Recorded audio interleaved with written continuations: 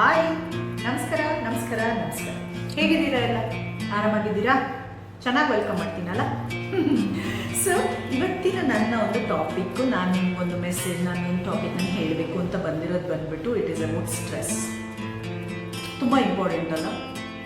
I mean stress ಅನ್ನೋದು ನಮ್ಮ life part of a life ಆಗೋಗಿದೆ. That's a sad part actually, sad story. I mean it's like ಎಲ್ಲರ ಲೈಫಲ್ಲೂ stress ಅನ್ನೋದು ತುಂಬ ಕಾಮನ್ ಆಗೋಗ್ಬಿಟ್ಟಿದೆ. ಎಲ್ಲರ ಲೈಫಲ್ಲಿ ನನಗಿಂತ ಆಶ್ಚರ್ಯ ಅಂದರೆ ಇವನ್ ಚಿಕ್ಕ ಮಕ್ಕಳ ಲೈಫಲ್ಲಿ ಸ್ಟ್ರೆಸ್ ಇಸ್ ಲೈಕ್ ಪ್ರತಿ ಕಾಮನ್. ಕರೆಕ್ಟ್ ಅಲ್ಲ?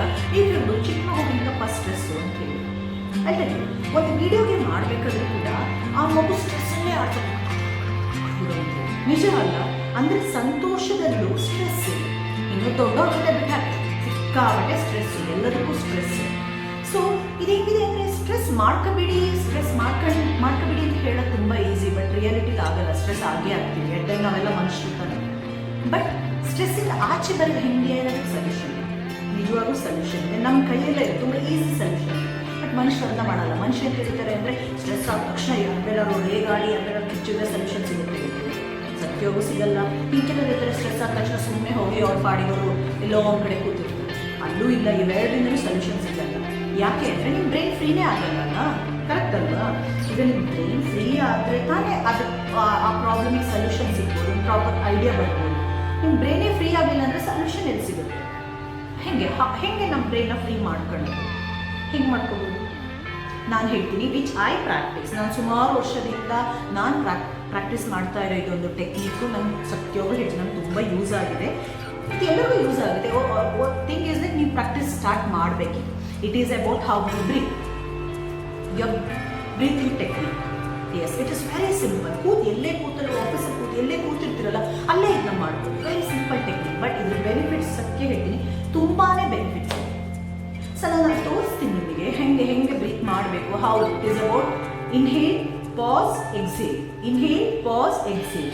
Okay, so I mean very simple technique. ನಿಮ್ಗೊಂದು ಈಗ ಆಫೀಸಲ್ಲಿ ಕೂತ ಆಗಲ್ಲ, ಕಣ್ಣು ಮುಚ್ಚಿ ಮಾಡಬೇಕು ಆ ಥರ ಏನಿಲ್ಲ. ಕಣ್ಣು ಮುಚ್ಚಿ ಮಾಡಿದ್ರೆ ಒಳ್ಳೆಯದು, ಕಾನ್ಸಂಟ್ರೇಷನ್ ಲೆವೆಲ್ ಸ್ವಲ್ಪ ಇರುತ್ತೆ. ಬಟ್ ದಟ್ಸ್ ಓಕೆ, ಮಾಡೋಕ್ಕಾಗಿಲ್ಲ ಅಂದ್ರೆ that's totally okay. Okay, I just show you. ನಾನು ತೋರಿಸ್ತೀನಿ, ನೀವು ದಯವಿಟ್ಟು ನೆಕ್ಸ್ಟ್ ಯಾವಾಗಾದ್ರೂ ಲೈಫಲ್ಲಿ ಸ್ಟ್ರೆಸ್ ಆಗ್ತಾನೆ ಇರ್ತೀವಿ. ಸ್ಟ್ರೆಸ್ ಆದಾಗ ದಯವಿಟ್ಟು ಈ ಒಂದು ಟೆಕ್ನಿಕ್ನ ಯೂಸ್ ಮಾಡಿ. ಆಮೇಲೆ ನೀವೇ ನನಗೆ ಹೇಳ್ತೀರಾ, ಇಂಥ ಐಡಿಯಾ ಕೊಟ್ಟರು ಗ್ರೀಷ್ಮಾರೆ, ನೀವು ಅಮೇಝಿಂಗ್ ಗ್ರೀಷ್ಮಾರೆ. ನಿಜ ಅಲ್ಲ? ಹೇಳ್ಬೇಕಾಯ್ತಾ?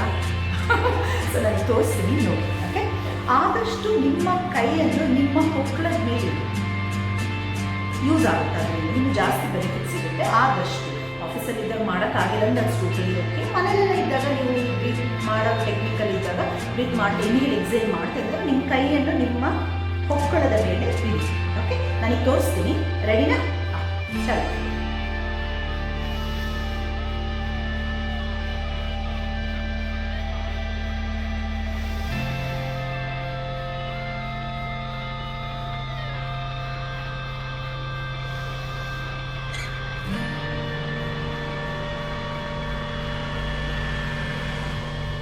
ನಿಜವಾಗೂ ಸತ್ಯ ಹೇಳ್ತಿದ್ದೀನಿ, ತುಂಬ ಯೂಸ್ಫುಲ್ ಇದೆ ಇದು. ದಯವಿಟ್ಟು ಮಾಡಿ. ಆ್ಯಕ್ಚುಲಿ ಪ್ರತಿಯೊಬ್ಬರು ಬಂದು ದಿನಾನೂ ಮಾಡಬೇಕು. ದಿನ ಮಾಡೋಕ್ಕೆ ಆಗಿಲ್ಲ ಅಂದರೂ ಅಟ್ಲೀಸ್ಟ್ ಈ ಥರ ಸ್ಟ್ರೆಸ್ಸಲ್ಲಿದ್ದಾಗ ದಯವಿಟ್ಟು ಮಾಡಿ. ತುಂಬಾ ಯೂಸ್ ಆಗುತ್ತೆ, ನೀವು ಮಾಡಬೇಕು. ಓಕೆ, ಸೊ ಐ ಹೋಪ್ ನಿಮಗೆ ಈ ನನ್ನ ಒಂದು ವಿಡಿಯೋ ಇಷ್ಟ ಆಗಿರುತ್ತೆ ಅಂತ ಅಂದ್ಕೊಂಡಿರ್ತೀನಿ. ಸೊ ದಯವಿಟ್ಟು ಟೆಕ್ನಿಕ್ ಯೂಸ್ ಮಾಡಿ, ಖುಷಿಯಾಗಿ, ಬಿ ಹ್ಯಾಪಿ. ಸೊ ನಾನು ನೆಕ್ಸ್ಟ್ ವಿಡಿಯೋ ಮಾಡ್ಕೊಂಡು ಬರೋ ತನಕ stay healthy, stay happy, be positive, love everyone. ಚಲೋ, take care, love you all.